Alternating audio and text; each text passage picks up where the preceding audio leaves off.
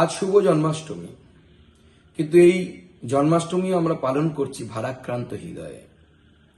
কারণ গত 9 আগস্ট আমাদের তিলোত্তমা, কারো বোন, কারো দিদি, কারো হয়তো মেয়ের মতো, সে বর্বরচিত আক্রমণের শিকার হয়েছিল এবং এই পৃথিবী ছেড়ে যেতে বাধ্য হয়েছিল।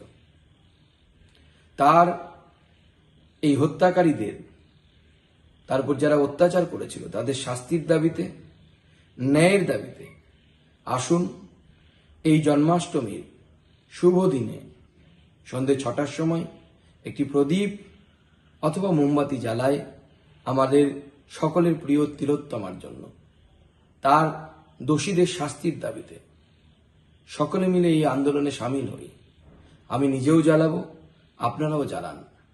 নির্যাতিতার জন্য, আমার আপনার তিলোত্তমার জন্য একটি প্রদীপ ও একটি মোমবাতি, এটাই হোক আমাদের প্রতিবাদের ভাষা।